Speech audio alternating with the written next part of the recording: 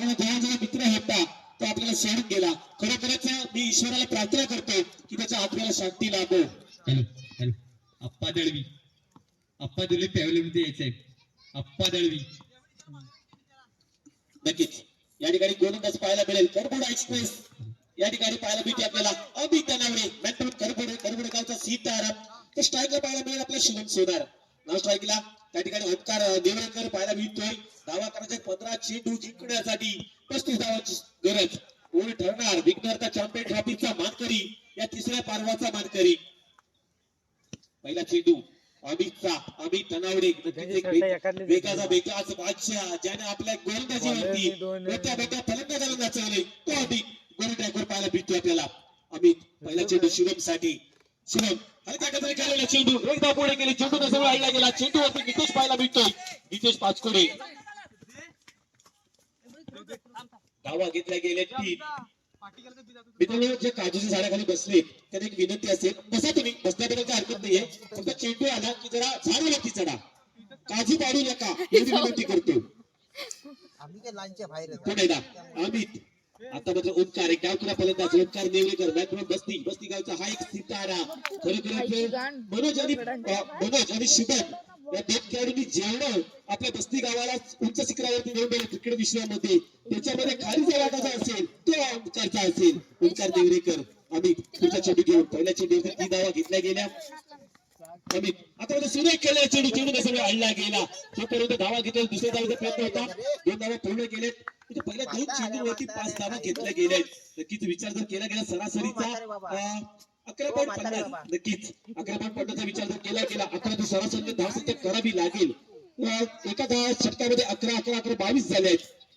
नंतर दुसऱ्या षटकामध्ये 13 धावा घ्याव्या लागतील. पाहूया कोणती कामगिरी करेल. पुन्हा एकदा सुरेख खेळलेला चेंडू त्या ठिकाणी कोणता चेंडू पाहायला मिळत नाहीये. धावा घेतल्या 2 धावा पूर्ण केले. तिसऱ्या धावेचा प्रयत्न नक्कीच त्या ठिकाणी तिसरी धाव सुद्धा पूर्ण केले. 4थ्या धावाचा प्रयत्न केला गेला. यस नक्कीच या ठिकाणी 4 धावा पूर्ण केल्या गेल्या. म्हणजे संघाच्या धावसंख्या भर पडेल.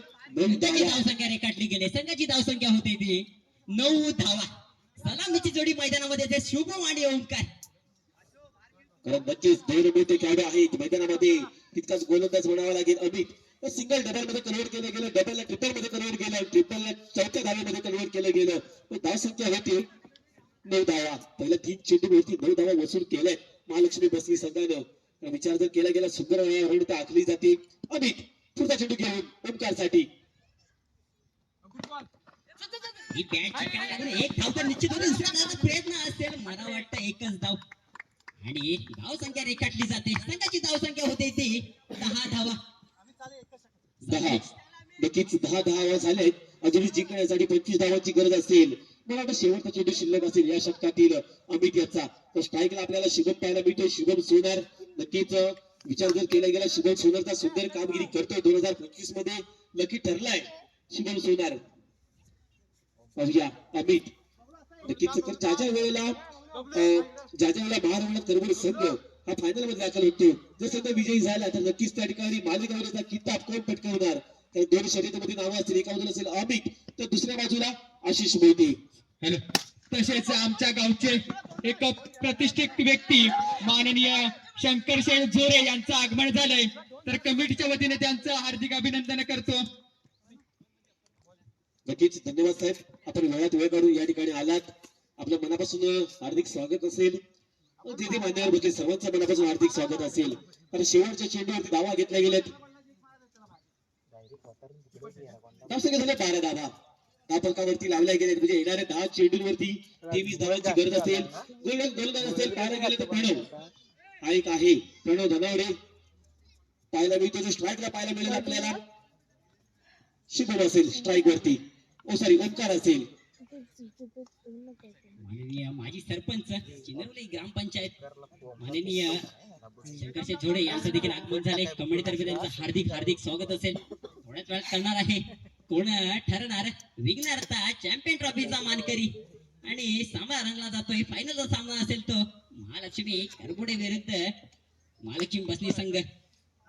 दोन्ही नावालेले संघ असतील. बघूया दुसरा पंचक असेल आणि स्ट्राईकला असेल तो ओंकार.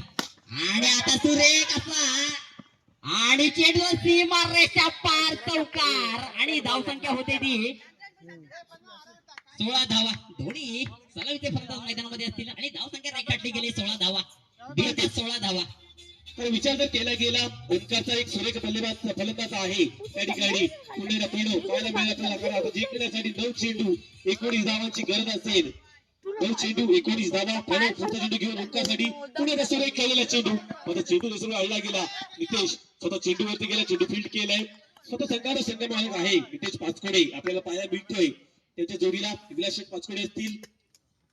आता मात्र स्ट्राईकला शुभम पाहायला मिळेल. पहिले शुभम कोणती फलंदाजी करणार पाहिजे. येणाऱ्या 8 चेंडू आणि जिंकण्यासाठी 18 धावांची गरज. जवळजवळ 8 चेंडूवरती 3 मोठे फटके पाहायला मिळतील का शुभमच्या बॅट मधून. प्रणव काय सुरेख गोलंदाजी केली आतापर्यंत पर्वामध्ये. खरोखरच आजच्या दिवसामध्ये सकाळी हा संघ दाखल झाला या चिंचोली गावामध्ये. सकाळपासून अनेक संघांना मात करून फायनल मध्ये प्रवेश केलाय प्रणव. आता मोठा फटका चेंडू गेलाय. षटकार. अगदी ज्या पद्धतीने म्हटलं होतं की शुभम सोनार ज्या पद्धतीने फलंदाजी करतो खूप फलंदाजी आता मला शुभमच्या बॅट मधून पाहायला मिळते. काय सांगते शुभम बद्दल. फलंदाज असेल तर शुभम सोनार आणि षटकार मारला गेलाय. कुठेतरी आपला संघ विजयासाठी वाटचाल करतोय. महालक्ष्मी बसने हा संघ तितका ताकदीचा संघ असेल तर महारावणात कडबुडे थोडी नावाजलेले संघ असतील तालुक्यातील नावाजलेले संघ असतील. पुढे जा प्रणव पाहायला मिळतोय शुभम आहे. आता मोठा फटका बदलवता होता. फटका बसतो महालक्ष्मी बसवली संघाला. आता कुठेतरी 5वा चेंडू आणि पहिला मोरा गाद होतोय. शुभम याच्यासोबत पहिला झटका मिळतोय महालक्ष्मी बसने या संघाला. नवीन फलंदाज मैदानात लवकरात लवकर दाखल करायचंय. नक्कीच जिंकण्यासाठी 6 चेंडू 12 धावांची गरज. हाही मोठा फटका सजवून त्याला विजयी संपादन करायचं होतं. शुभमला थोडस विजय जवळ आणून खेचायचा होता मात्र शुभम आघाडी परतलाय. काय प्रणवने कॉन्टॅक्ट केलंय. मनोज पाहूया प्रणव सुपर गोलंदाजी करतोय. शुभम तर आता मागणी पद्धतीने जागा झाला तो मंथन. हा एक सुरेख फलंदाज आहे. नव्याने संघामध्ये दाखल केलंय मंथनला. कारण अनेक वर्षांपासून थोडासा मागे राहिला होता मंथन. आता मात्र नव्याने दाखल झाला यावर्षी 2025 त्याच्यात नक्की ठरलंय मंथन साठी कोणती कामगिरी करणार. तर येणाऱ्या 6 चेंडू जिंकण्यासाठी 12 धावांची गरज. येणारा 6 चेंडू जिंकण्यासाठी 12 धावा. 6 चेंडू 12. सामना कंपल्सरी चेस असेल याची नोंद असू द्या. महालक्ष्मी बसनी संघ सामना कंपल्सरी चेस. मंथन स्ट्राईकला नो स्ट्राईकला ओंकार डायकुला फलंदाज. पाहूया मंथन कोणती फलंदाजी करेल. शेवटचा चेंडू असेल या षटकातील. प्रणव याचा पाहूया कोणत्या पद्धतीने गोलंदाजी करतोय. 5वा चेंडू त्या ठिकाणी बीट झालाय. षटक संपतंय. 2 षटकाच्या समाप्तीनंतर धावसंख्या झाली 23 धावा. 2 षटकाच्या समाप्तीच्या संघाची धावसंख्या 23 धावा. आता कुठेतरी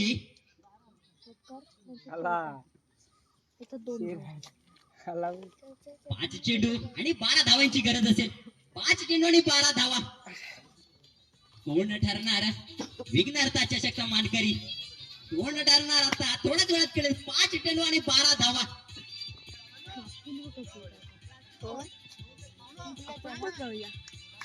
थँक्यू. विचार जर केला गेला आता मात्र अथर्व पाचकोडे आलाय. गोलंदाज पाहायला मिळतो अथर्व पाचकोडे. स्ट्राईकला असेल ओंकार नेवरेकर. नॉन स्ट्राईकला मंथन पाहायला मिळतोय. येणाऱ्या 5 चेंडूंची जिंकण्यासाठी 12 धावा. खरोखरच पाहूया अथर्व ह्या 12 धावा रोखणार का. महाराष्ट्रात निर्भर संघाला या विघ्नहर्ता चॅम्पियन ट्रॉफीचा मानकरी ठरवणार का. प्रश्न अनेक आहेत मात्र उत्तर येणाऱ्या 5 चेंडूवरती पाहायला मिळतील. कोण ठरणार. एका बाजूला महालक्ष्मी बसनी तर दुसऱ्या बाजूला महाराष्ट्रात करबोडी संघ. एकाच पट्ट्यातील